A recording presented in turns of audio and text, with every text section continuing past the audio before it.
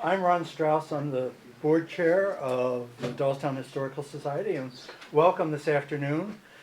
First of all, thank you for coming to this. This is our first event of 26. We actually kicked off our celebration of Doylestown 250 in October, but in earnest, it's 2026. With that in mind, I hope you're a member. If you're not a member, please consider joining. We have forms in the back for that. And now, to introduce our special guest, the important person in the community these days, the very popular, increasingly popular town crier.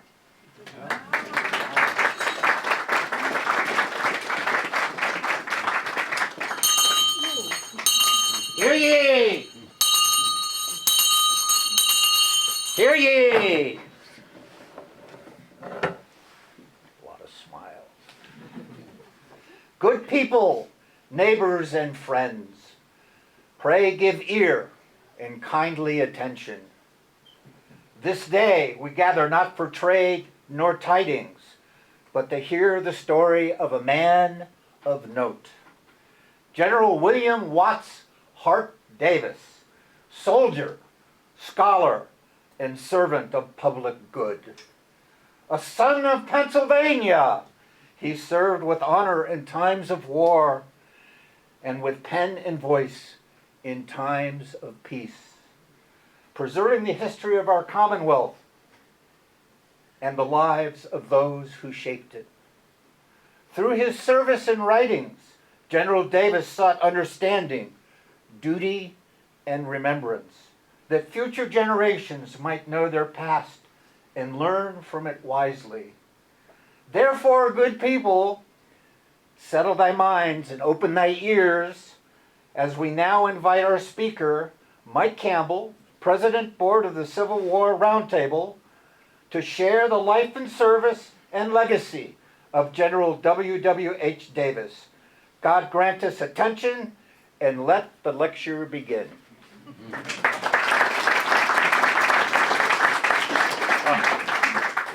I can't beat that. Go Birds. I am from the Civil War Museum, assuming you all knew that. Both our organizations actually came about right about the same time in the mid-90s, so that was really incredible. This is a picture of our museum right at the corner of Garden Alley and Broad Street in Doylestown. We are open on Saturdays to the public from 10:30 to 2, but that's not why I'm here today. I'm here to talk about the guy they just mentioned about. And I asked some people before the presentation started if they had any sort of impressions of Davis, and nobody had ever seemed to have heard of him, which is okay. So the Reading Times in 1881 told us this, that Doylestown is a little place compared to Reading, but it is richer in possessing one man desirous and capable of inspiring, keeping alive, and guiding in its population that public spirit and generous enterprise which can make the smallest town the pride of its inhabitants. And the cool thing about Davis is that he did so much that you can basically pick up whenever. So we'll start in the summer of 1877. And what's going on in the summer of 1877 is that Doylestown is going to war. And you see a quote from the Intelligencer. The Intelligencer and the Doylestown Democrat, that's the newspaper that Davis owns, are going to furnish 10 printers to the troops that are being raised in Doylestown for the strike emergency, quote unquote. So you think printers, maybe they're giving like equipment, they're actually loaning their entire staff. So all the staff of the Intel, all the staff of the Democrat are joining up with Company G of the 6th PA under a guy named Edward McIntosh. Oh, by the way, he's the guy that built that building, the Armory building. All right, you guys have that in the walking tours? Everybody knows about that. That's Edward McIntosh. He's a Civil War veteran. He served under Davis in the 104th PA during the Civil War. And he's the guy who by 1879 will be commanding the National Guard here in Doylestown. And in fact, as the National Guard is being formed, whose name is being floated as a potential commander of the Pennsylvania National Guard? Davis, all right, McIntosh's boss. And in fact, it's as ludicrous as this sounds, he is our first soldier here in Doylestown. When the Civil War veterans will have reunions about this time, all right, the National Guard will go to his house to get their flag. So he comes out in his uniform and he gives the flag to American troops who, like I said, are being sent off to war. Now, where are they going to war in 1877? Well, here in Bucks County, we're actually building a new courthouse. So in the summer of 1877, a grand jury in Bucks County will recommend $100,000 be appropriated to the cost of a new courthouse. And with a new courthouse, of course, comes a new jail. We won't get that until 1884, but Davis is behind both of these projects. He's a commissioner on the jail, and from his newspaper, he's advocating for a new courthouse. And it makes sense. He's involved with the initial reformation of the Bucks County Almshouse in 1868. The issue there was overcrowding. So that's a mistake Davis doesn't intend to make again, so he's going to build a really, really big jail to lock up as many people as he possibly can. And he's got an interesting ally in this. This guy, Harmon Yerkes. Talk about a guy you've never heard of. He's chief magistrate here in Bucks County, and he's an ally of Davis's political family. And he's the man, along with Davis, for instance, who introduces the chain gang in Bucks County. And he introduces the habit, of publishing the names of convicted criminals in newspapers to shame them. So they're very tough on crime here. And in fact, here's a quote about Yerkes. He consigned a hardy and robust chicken thief to the penitentiary for 2.5 years. So that's what's going on here in Doylestown. But what's going on in the summer of 1777 is what's known as the Great Railroad Strike out in Pittsburgh. And it begins in July down in Martinsburg when wages on the B&O Railroad are cut for the 3rd time in a year. And it will kick off a summer of strikes and violence all over the industrial United States. If you go up to coal country, you'll hear about the Molly Maguires, the same time period. So that's where the guys from Doylestown are going. That's where the professional men, just like they did during the Civil War, they're signing up to enlist under Davis's leadership, and they're being sent to fight other Americans, again, years after the Civil War ended. And at home, Davis is helping to build, this is a picture of the Pittsburgh Railroad, right? Davis is helping to build a penal system to handle that. And this is not the first time this will happen in Davis's life. And you're going to see throughout this connection between progress, punishment, and conflict. In fact, 20 years later, in 1895, Davis is who leads the charge to bring public water here in Doylestown that year. It's also the year he leads the charge to make Washington Crossing an official state park and memorialize that. And here in Doylestown, he actually busts a crooked cop. Believe it or not, our sheriff, Alonzo Nichols, here in Doylestown, fired his entire staff, fired all the deputy sheriffs, and then arrested the journalist who was reporting on that and threw him in the jail. And the kicker is that he was apparently, one of his deputies was actually running a bootlegging scheme out of the jail that had been found out, and Nichols tried to pin it on this man, John Conyers.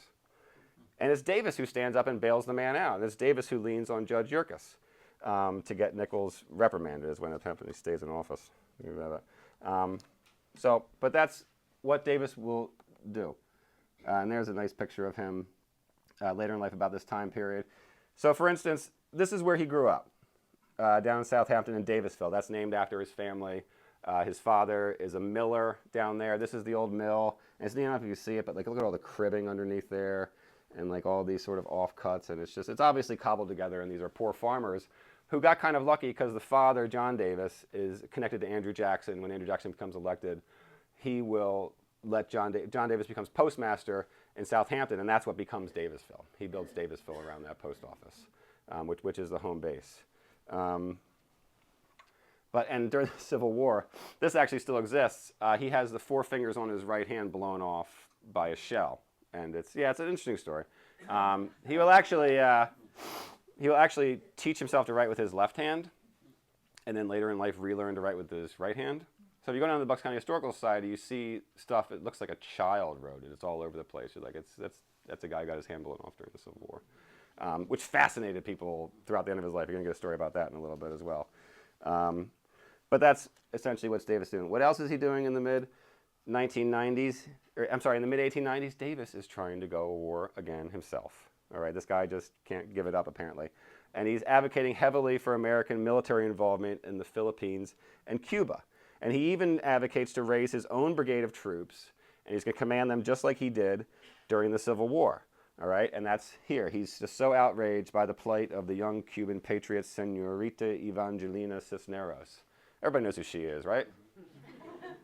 It was one of those stories, one of those yellow journalism stories that hits the press, and she's being held captive against, she wants to leave the country, she can't, and she can't access this, and she can't access that, and it just outraged Americans that Cuba was falling apart like that. And Davis wants to lead a brigade in there, which actually ends up happening.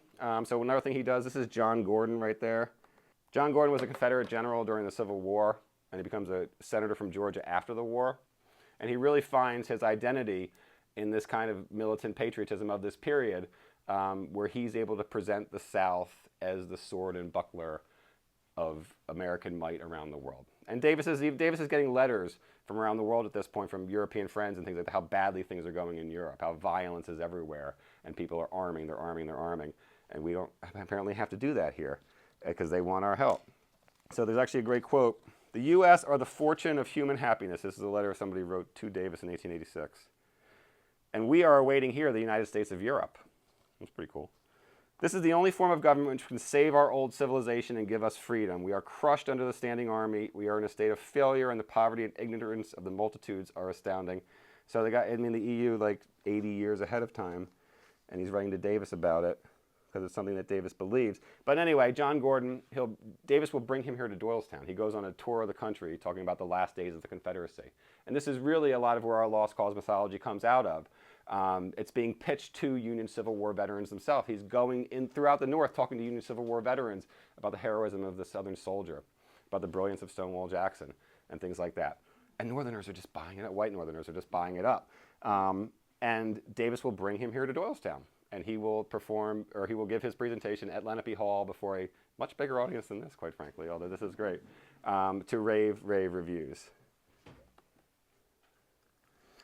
So what's really going on here is that Davis is involved in what's called the independent political movement over a long period of time, and this movement will culminate in the presidency of that guy right there, Teddy Roosevelt.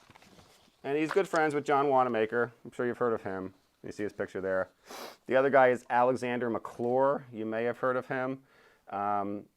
He is one of Lincoln's right-hand mans in Pennsylvania during the Civil War. He's one of Curtin's right-hand mans in Pennsylvania during the Civil War when Lincoln is panicking because Robert E. Lee has invaded the North during the Antietam campaign. He doesn't have so much confidence in McClellan, but he knows McClure will get it. So he actually sends McClure in the path of Lee's army to start reporting back to him. That's how important A.K. McClure is. And they're called the New Fraternity of Philadelphia in the newspapers. And this is in 1882. So Davis is indeed our first political independent here in town. And both the Intelligencer and the Democrat consider themselves independent, reform-minded newspapers. Remember how they teamed up to take down the striking laborers in 1877? All right, so that's the middle ground here in the United States as they're moving out of the Civil War period and into the modern period. And the Intelligencer and the Democrat have equal footing inside of it. And they're opposing, I don't think I have pictures of them, but they're opposing Simon Cameron and Don Cameron, who are architects of the political machine, and Davis definitely has a reputation for taking down Democratic politicians in Bucks County and holding them accountable. So where does that come from? Oh yeah, I want to talk about this guy. Because he used to be mayor here. Did anybody know Dan Atkinson, Tuck Atkinson in the room? A few people? Did you know he knew Davis? Yeah. And this is when I talk about how a quote about Davis that Doylestown is richer in possessing one man desirous and capable of inspiring, keeping alive, and guiding its population public spirit. My contention is basically that Tuck Atkinson learned most of that from Davis and learned that watching Davis at the end of his life. And you can see the commonalities in the military service. They were both veterans. Tuck Atkinson, maybe some of you know this, but he was the commander of the American Legion here for years and years and years. So he was in charge of placing the flags of the various graves throughout Bucks County, here in central Bucks County especially. And as a result of doing that, he spent a lot of time at Doylestown Cemetery, and he may be the first tour guide in Doylestown Cemetery history. And it started with his interest in Davis. So he had my job. I'm a tour guide at Doylestown Cemetery. Mitch, you're in here too. You're one too. So he had our job way before we had it. But when he's a young boy, Davis is at the end of his life. And he tells a great story about how they would skip school and go see Davis at the old courthouse. This is the 1878 courthouse, because the Historical Society, this is before Mercer built Mercer Museum in Font Hill. We just dumped everything on the courthouse, and they didn't really like it. So the local school children would skip school. They'd go see Davis there, not so much because they were interested in the material culture, but because they wanted to see his war wounds. And they knew how enthusiastic he was about talking about it, and his hand would reach up and his sleeve would slip, and you'd get to see his mangled stump of a finger, and it just absolutely fascinated these guys. And it's, look, I mean, Tuck Atkinson is mayor here during Operation 64 in the 1960s when Doylestown revitalizes. All of these things are things that Davis would have approved of, that Davis could have been seen as an inspiration for. So that's my argument why he is our first political independent here. Okay, but where does that come from? Okay, so we have a picture here of the Thompson-Neely homestead. That's the Marquis de Lafayette, and that's Ellicott City, Maryland. This will all make sense in a second. So the Davis family comes here in 1760 and settles in Solebury. What's unique about Solebury at that time is it's a part of an estate that's owned by the Penn family, or a big portion of it in the Makefield area is owned by the Penn family, and this has a lot of squatters. And it's interesting because Davis was never able to definitively locate records of his first ancestors moving here.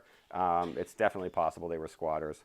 But you see this kind of complicated dynamic develop between landholders here in Bucks County, especially people that are descendants of those initial Quaker settlers that got land very, very cheap and lots of it, and families like the Davis family that came late with nothing and are squatters, and they're millers. They work at the Thompson-Neely mill down there, which you can go still visit.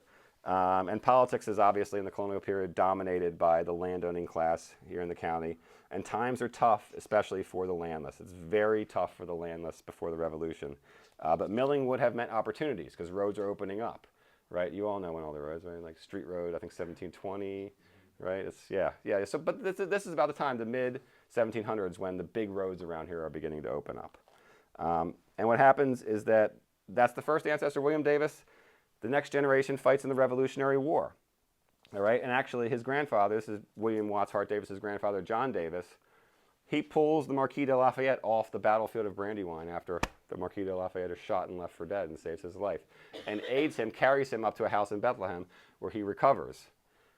Remember that. But nevertheless, nothing works out. Okay, he fights through the entire war, comes out of it financially worse than he was in it. And ends up at the farm of a man named Nathaniel Ellicott in Buckingham. It is essentially right where, so it's, you know where the Wawa is, right? 413, 263, and 202, right there. Keep heading a little further south on 413, maybe a quarter of a mile, and you'll come across a little bridge, which now is just a little trickle underneath it. But that's the Ellicott property. That's the Ellicott property at the time. And the Ellicotts are brilliant. They're inventors. They're progressive farmers. And even they can't cut it. And I'll give you some numbers. So Nathaniel Ellicott's Buckingham farm had a pre-Revolutionary War of 139 acres farm and pre-Revolutionary War value of 800 pounds. During the Revolution, it was assessed at 10,306 pounds. And then that's 1779. By 1789, it's back to 859. So, and that's just to illustrate that you see this wild inflation and deflation during and after the Revolutionary War. And if you're landless, that's going to bite particularly hard because it's all in commodities. You know, you have to buy everything basically in order to survive. So the Davises abandoned us and moved to Ellicott City, Maryland. We almost never had him here. And in fact, they can't even cut it there. And Ellicott City, Maryland is a planned community based around progressive farming and industrialization. And the economy is so bad, they can't cut it there. They head out to the area of Columbus, Ohio, and would have remained there unbeknownst to all of us if it weren't for the fact that John Davis, W.W.H. Davis's father, comes back here, goes to a party, and meets Amy Hart, who becomes his wife, and decides to stay here. So, if you ever come up to me and tell me you're descended from Davis, you're not. And if you tell me you're related to him, you're probably not, unless it's through his mother's family. Because there were and are no Davises from that line here, his father, him, and that's it. They all stayed out in Ohio. And we've lost touch with the family as far as I know in the years since then. Okay, that's what he comes from. This is where he's heading. If you've seen this presentation before, you get this slide in every single one of my presentations, so just sit still. But basically, this is what Davis brings into the war. Okay? So in 1858, he buys a Doylestown Democrat, and he's bringing that attitude of the Revolution, that grudge against the wealthy, that grudge against the landed, that grudge against Britishness, as opposed to Celticness. And it gets very ugly. So it's one of the leading editorials in the beginning of Doylestown Democrat. He writes, talking about the Republican Party changing its name to the People's Party, that these are the same people, this new party, that is the identical opposition that has been warring against us since the formation of the government. And this is the link in his mind, is that the Quakers became Tories, the Tories became abolitionists, and that's who caused all of this. That's who caused all of this. And stuck in between has been families like the Davises, just trying to get by that entire time.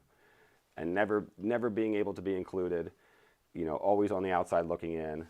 This is his mentality: rich versus poor, powerful versus powerless, Tories versus patriots, and this is the backdrop he brings into the Civil War. Now, he's magical at the start of the Civil War. So Fort Sumter, it's fired on a Friday night. It falls that next Saturday morning, April 13th. Okay, and people are absolutely terrified. Everybody here lived through 9/11. People were absolutely terrified. That Monday morning, April 15th, Davis is out in the street opening a business day with a call to arms. And he has that call to arms already circulated around the county. So much so, by that Thursday, April 18th, that's 5 days after Fort Sumter falls, he has 160 some officers and men volunteering for only 87 positions. That's all he has guns for. And he begins training them that night, right there on the courthouse lawn. And within 2 weeks, April 30th, he has them on a train out to Harrisburg to deploy to Washington, D.C. So they're not only, the guys here from Doylestown are not only some of the first troops from Pennsylvania, they're some of the first troops in the entire Union to deploy in the aftermath of Fort Sumter. And most of that's because of Davis, which is a big deal. But this is also a big deal. So his idea, like I said, is that, the sort of this connection of wealth and progress or whatever are behind the Civil War. So he favors an aspect of war called conciliatory warfare, because he wants a political solution to the war, and he sees emancipation as an obstacle to that political solution. And this is the buzzsaw he will run himself up against during the war. And he will run himself up against that buzzsaw. But at the start of the war, nobody knows what's going to happen, right? Like, it could work. And the idea is that it's a hands-off approach. Don't push the Southerners. Hands-off property, hands-off slavery, hands-off habeas corpus. Just go down there and arrest the traitors and defeat the army, and all the normal, loyal people of the South will just fall back into line with the Union. And obviously, it's not a realistic way of going about things. And he has the worst possible champion you could get in George McClellan. You never want him on your side. And what happens is, our big battle here is the Battle of Seven Pines. How many people have visited that battlefield? It doesn't exist. I call you, sorry. You've driven by it. It's the worst preserved battlefield in the entire world, okay? It sits underneath the Richmond International Airport. It's generally a habit that in the United States, like, the battles that the Union did not do so well tend to not be so well preserved. Okay, it makes sense. But that's not preserved at all. What ends up happening is that this guy McClellan, doesn't know what he's doing. And he has a little bit of his army on one side of a river with the entire Confederate army, and most of his army on the other side of the river with him, kind of sunbathing and not really doing anything. But we're with the Confederate army on that side of the river. And we fight really, really well. We fight really, really well. We're very well organized. Davis actually had a standing order for the 104th that everyone in the regiment, including officers, went into battle armed with a rifle. He wanted maximum firepower. This is the only battle where he counteracts that, because he knows it's going to be that huge. And somewhere deep in the recesses of his mind, I wonder, uh-oh, McClellan really hung me out to dry here. Because they suffer intense casualties, and they're routed off the field, and one whole company is captured entirely. And to add insult to injury, McClellan basically blames them for the loss. He was sitting on his gunboat getting a suntan, but he blames Davis and the other troops for the loss. He will eventually withdraw that accusation, but the 104th Pennsylvania will never rejoin the Army of the Potomac again. And that's how we got to South Carolina. We pissed off the one guy who nobody liked, or our leader did. Okay. So basically what happened, we go down to South Carolina, and I'm going to tell you in a little bit about some ugly stuff after Davis after the war. I'll tell you about that now. We'll tell you about this now. So while you look at this. Okay, so in 1865, the war's over. Davis, with one hand, is back here in Doylestown. And he's running for Auditor General against John Hart Raneth. And like I mentioned before, Davis has this ugly habit. If you disagree with him politically, especially if you're an abolitionist, and he gets the sense that you think you're better than him, he's going to insult you personally. And there's a man who owns the Harrisburg Telegraph named Harris Bergner, and Davis calls him a Hessian Tory. Yeah, it sounds funny. It's actually, Bergner is a German immigrant. It was tremendously insulting to Bergner, and it was in very bad taste, and it was perceived that way at the time. And Davis will lose to John Hart Randolph in 1865, but his humiliation won't be complete until the next year, when Davis is involved in something called the Clymerite Soldiers Convention. I know we have this coming up somewhere, but I'll show you that. And essentially, Hester Clymer runs for Pennsylvania governor on a white supremacist platform, and he's having a rally out in Harrisburg. Davis gives a big speech. I hate it when your slides are out of order. There it is. See? It's always this one little detail. That's Hester Clymer. That's his campaign poster. And they would go on to found the Union Trust Company together down in Philadelphia, believe it or not. It's a wonderful catering destination. You need a good wedding destination down in Philadelphia. It's right on 7th and Chestnut. So Davis, they're out in Harrisburg. Davis is the MC of the convention, and he gives us an excoriating speech against Harris Bergner. And afterwards, a bunch of soldiers go and they attack Bergner's offices. This Davis-inspired mob comes to life. Nothing much comes of it, but it makes a lot of news. And John Geary is the governor at the time. He picks up on the line from Harris Bergner's reporting about the debacle that Davis's supporters he described as 150 skedaddlers, bounty jumpers, and deserters. And that gets back to Fair Oaks. All right, so it's people were able to pin that stuff on him because of how ugly he treated them sometimes. I don't think he actually thought he was a coward or they'd lost Fair Oaks. But anytime he did something that crossed the line, it was very easy to pin that skedaddler, bounty jumper, and deserter line on. And it follows him around, especially because Davis is actually very, very careful with his men's lives. Did anybody here know that he made it a requirement that if you joined the 104th Pennsylvania, you had to be vaccinated for smallpox? Couldn't join if you didn't? Yeah. And in fact, if we don't have time, but what is our story here in the Civil War, right? Like, nobody knows. The story should be Andersonville. We are down in deep south for most of the war. If you look at the other commands around us, you see brigades and divisions that lose hundreds, if not thousands of men at Andersonville. And we lost basically nobody because of Davis. Because he took care of his men's lives, because he protected them. And you can go through the numbers, and his commands lose very, very few captured. Very, very few casualties compared to other commands. So the story of the Civil War here in Doylestown should probably be that Davis had a bad day and stumbled somewhere, and 300 or 400 local kids here in Bucks County starved to death in Andersonville. But it's not. He never had a bad day. He never had that day where he never let his guard down. So we don't have a story, but that should be our story. It's not because of him. Anyway, by 1866, he's at the head of an angry, drunken, racist mob. So you see how these things can get a little complicated for people. Like, you're a hero on one hand, and on the other, you're a complete and total villain. And Davis is not a drinker, by the way. And we'll get back to this. So this becomes a turning point for him. And he's had several turning points. The most notable is Battle of Fort Wagner. Everybody's seen the movie Glory, 54th Massachusetts. Davis will send a letter back Davis witnesses it. Okay, our guys saw that. We saw that. We were not a part of it. Okay, it's a narrow beachhead. There was one regiment at a time assaulted it. There were following up regiments. There's a really interesting story. There's some letters from Shaw's family down at Mercer Museum. It's a really, really, really interesting story. Looks like the one part they got wrong in Glory was how they buried him. That might actually be wrong. But anyway, we witnessed that, and Davis witnesses it, and he writes a letter home to the Intel, gets republished in the Inquirer, essentially admitting, hey, I was wrong. I was wrong. They fight really, really well. And the 54th Massachusetts will end up in his command. He will command that regiment, and it really makes this guy, George Lear, who, if you're around me enough, I'll talk about George Lear. He's Davis's counterpart. Okay, he's the local abolitionist. He's the guy funding the regiments and doing things like that behind the scenes. He's the good guy in this story. You don't get to hear about him today. I apologize. But George Lear is absolutely ecstatic. And it will begin a very close relationship between... George Lear will become Attorney General of Pennsylvania in the 1880s.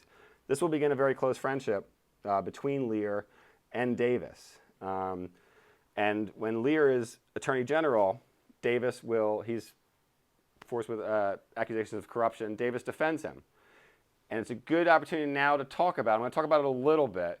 In 1871, Davis is accused of fathering a child with a black woman during the Civil War. Some of you in this room have heard that story, but obviously many of you have not. I'm not going to talk about it a ton. I'm going to give you what details we have. and then I'm going to tell you why I don't think you know that story.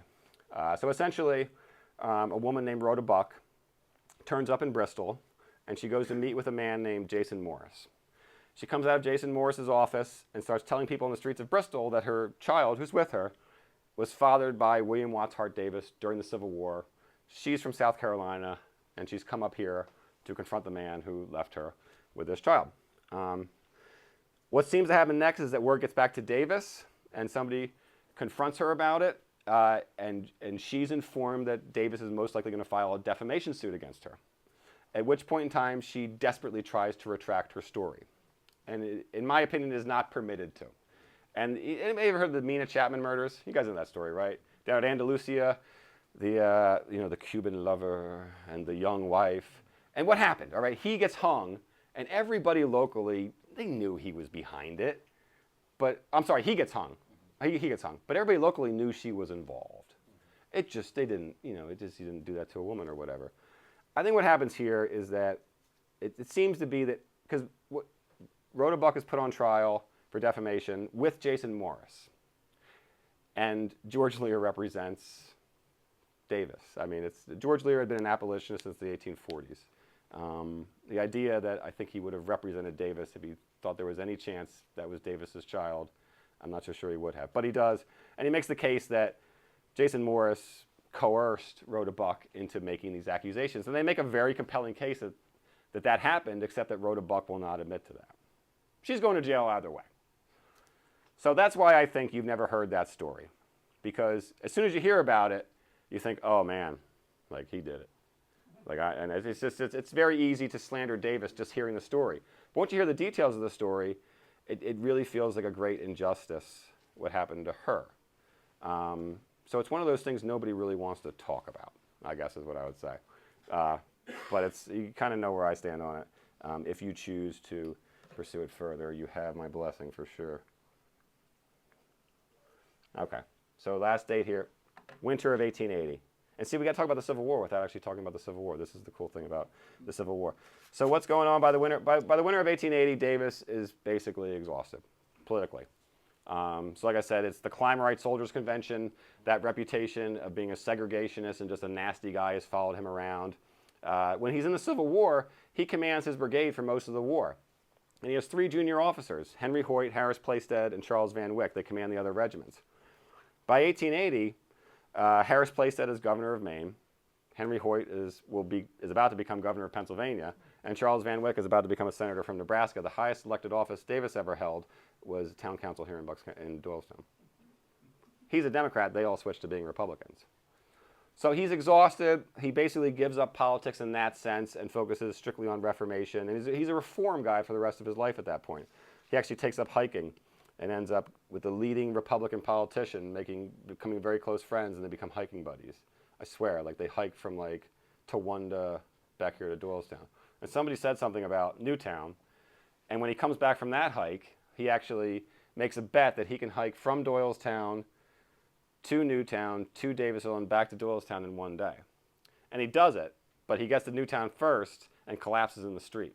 So everybody fusses over him, and they're trying to revive him. They don't want him to go on, but he actually goes on. He's in his 60s at that point. Pretty impressive. So, oops. Yes, and these are all these guys right there. So he moves on and reinvents himself. Davis is our first self-reinventor here in Doylestown as well. All right, so in 1878, you will have the centennial of Doylestown. And it's a big celebration here in town. In 1778, that's when General John Lacey officially bestowed the name Doylestown on us in print for the first time. So we have a big celebration here in town, and Davis organizes it with all the other local historians and civic-minded people. All right, so in 1881, it will be the bicentennial of Bucks County. And the same group of people will kind of be organizing that as well.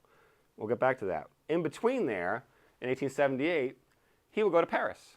And he is one of Pennsylvania's official delegates to the Third World Fair in Paris. This is where they showed off the head of the Statue of Liberty. I guess he saw that. But he's there for the Pennsylvania exhibit. And while he's there, see, get your slides in order, Mike. And While he's there, he meets this guy. So he'll get his name right.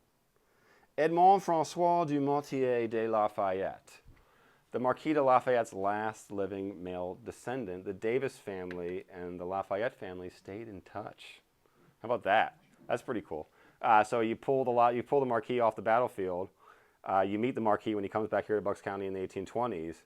And here in the 1870s, Davis goes to France to meet with this guy and give him some gifts, and he receives some gifts.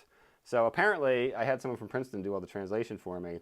Something like that should exist somewhere, in theory, here in Bucks County, a gift from the family of Lafayette to the family of the Davises here. So that's basically what he's doing. All right, so he's our original tough guy. He's our original independent. He's our original reinventor.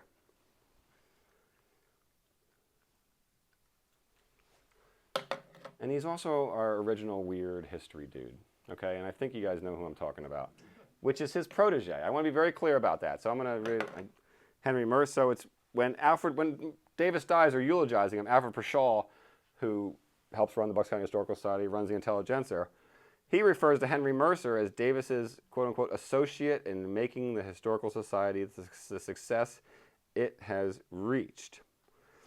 So, and it's January, for a considerable period previous to January 1880, the thought of a historical society, a formal organization, had been close to General Davis's heart. He had discussed it with many friends in a social and informal way. And in fact, I mean, how many people knew that Henry Mercer's real first memory in life, at least he claims, is watching Davis lead the 104th Pennsylvania off to war? So, but this is where it comes from, and this is where it gets interesting. That is Caleb Cushing right there. You probably recognize the name. You don't know who he is. That's okay. And that's a picture of the Mexican War. So what happens is Davis is not born here. He's born in Davisville. He will come here at 13 years of age by himself to go to school at Union Academy. He lives up in the Green Tree Inn, which is still right there at Broad Street and Main Street. And it's owned by one of his father's militia buddies, so he's pretty safe. But he's 13 years old by himself here, and he's an outstanding student. He's our first overachiever, too. So he'll graduate from there, and he'll end up at Norwich Military Academy in Vermont, which is a military school founded by the second commandant of West Point. So it's one of our, West Point's earlier than this, but it's one of our earliest military schools. And it's a 3-year course. He'll graduate in 19 months. He will become a lawyer before he goes to Harvard Law School. And while he's in Harvard Law School, he will help Caleb Cushing raise the only regiment of troops from New England to serve in the Mexican War. It's the 1st Massachusetts. They don't actually see any fighting, though. And Caleb Cushing is a historian. He's an antiquarian. He speaks like a dozen languages. And Davis becomes basically his personal secretary. He's made a captain. He's made an adjutant. So he goes everywhere with Cushing and has access to everyone. He meets Lee. He meets, everybody. Every Jefferson Davis. He knows Jefferson Davis. He knows Franklin Pierce. He knows all these guys in the high command of the Army. And what ends up happening is that Cushing's going through Mexico collecting Aztec artifacts and stories and publishing them. And he publishes some of the first accounts published in English of Mexican history. And this is what Henry Mercer says about Davis. Because Davis, after the Mexican War, during Franklin Pierce's presidency, he'll become Secretary of State of New Mexico, which is cool. But what he does out there, this is what Mercer says he does out there, while holding public office in New Mexico among soldiers and desperadoes. That's Mercer, whatever. So, at a time of difficulty, danger, and official activity, he sees the opportunity to do this thing being to rescue from destruction and translating by himself. So Davis rescued and translated a number of Spanish manuscripts afterwards published embodying a lost narrative of the earliest Spanish discoveries in New Mexico, and that becomes El Gringo. How many people have read El Gringo? I'll leave my hand up. El Gringo is our first best-selling book here in Doylestown. So Davis is our first best-selling author as well, which also makes him our original storyteller here in Doylestown. And we have this picture here of Tom Thumb. It's just about this time, 1845, Davis is here. He's becoming a lawyer. All of a sudden, this organization springs up in town called the Doylestown Benevolent Association. And they do like all the stuff your organization and my organization do. And all the stuff that Davis would do for the rest of his life. And they end up in 1848, I believe, bringing General Tom Thumb here to Doylestown to give a presentation like I'm doing now.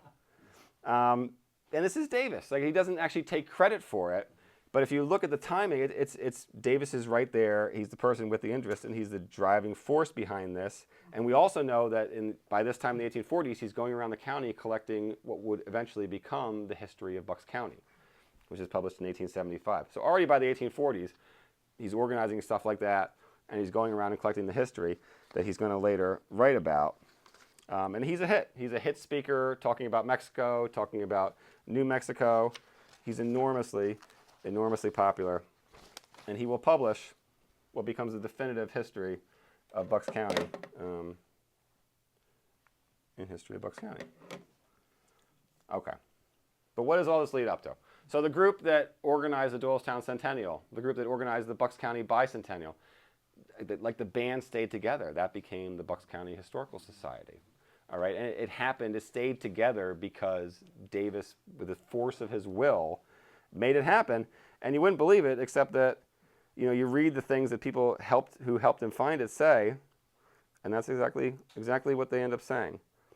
All right, is that, very few, after the society was incorporated, it was born of his deep love for Bucks County, his sympathy with and almost reverence for whatever was of historical interest, and the deep and constant patriotism which has been an inheritance with him, only to be fostered and developed by his military services and experiences and his historical study and researches. So he's our first best-selling author. It's a much more important book than you might think it is, too, even if it is kind of dating. And he's our first historian as well. And Mercer, I believe, certainly saw him that way. In fact, Mercer has a rocky relationship with the Bucks County Historical Society to start. All right, they're not convinced that concrete castles are the future. And Davis Mercer leaves at one point, and Davis talks him into coming back. I mean, just think about the way history works. That if Davis's father doesn't come back one day to a party here in Bucks County and meet his mother, we don't have him. And if Davis doesn't step in and convince Henry Mercer to come back and join the Bucks County Historical Society, Lord knows where he goes, And it's having people like that at the center of your community that allows it to hold together and move forward. Let's see if I can finish with one more quote here. But I am just about done. I really appreciate your time. And this comes from his good friend Harmon Yerkes, the guy who founded the Chain Gang. I said this man was a good friend. He was a devoted friend to those whom he knew and who knew him.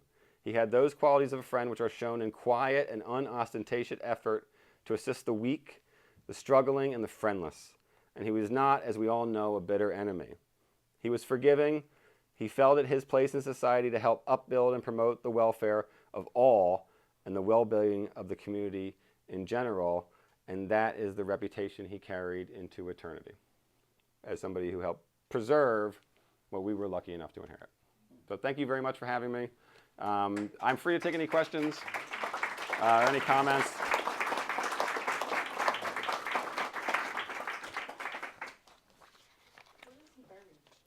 He's buried in Doylestown Cemetery. Yes. Yeah, so he's buried there with his family. Him and his wife had 7 children, only 3 to survive to adulthood. They're buried there as well with the one daughter's husband, and he had one grandchild who lived at his house with him up here in Doylestown. And it's a very poignant story. I tell it on the cemetery, but she dies at a young age, and that was his only grandchild in his house before he dies. And that's about the moment. Difficult at the time. People weren't so forthcoming with their feelings in that era. But that seems to be about the time where he gives himself over fully to the vision of the future that somebody like Henry Mercer is providing. You know what I mean? So he ran it for 30 years. He runs the Bucks County Historical Society, and he basically, the last 6 months, he kind of falls off, and Mercer does it for him. But he ran that. He created it and ran it for 30 years, and then Mercer takes it over. Fully confident that that's what Davis wanted. So, yes. He was a pillar of St. Paul's Episcopal Church. He was. Thank you, Gene. That's one of my family's going to 40 years as Secretary of the Vestry. Yeah, he's a vestryman from St. Paul's. And in fact, the chaplain of the 104th Pennsylvania is the Reverend William Grise from St. Paul's. and he's amazing during the war, and I tried to fit it in, Gene, I apologize. Go ahead. How did he finagle Elkins to donate the money for the Elkins building? Begged, borrowed, begged. Yeah, Did he have anything on he was no. He was so John Wanamaker pays for the painting, the Rescue of the Colors, the famous painting William Trego does. John Wanamaker commissions that. Davis, like any good historian and nonprofit person, doesn't like using his own money. You know what I mean? Like he doesn't want to spend his own money. He's never rich. The family does have land holdings because they are millers. He gets destroyed when the Doylestown National Bank goes under in 1906. A lot of local people do. And there's a very interesting story. You love being a historian, you discover this by chance. But so he starts selling off land, and I find that he sells off 20,000 acres to Brown and Roebuck. Yeah, the same Roebuck up in Bethlehem. So I'm like, oh, Brown and Roebuck, that's cool. And you look at it, and you're like, 3 days later on the same property, there's almost a lynching, and nobody had ever heard about it. You know what I mean? So by looking into Davis, it had nothing to do with him whatsoever, I found this other story of this, and it was averted. Thankfully, it was averted. But nobody had ever heard of it before. It had never been written about it, nothing like that. So that was not your question. Are there any more questions? Well, thank you again for Ron. You want to come back up?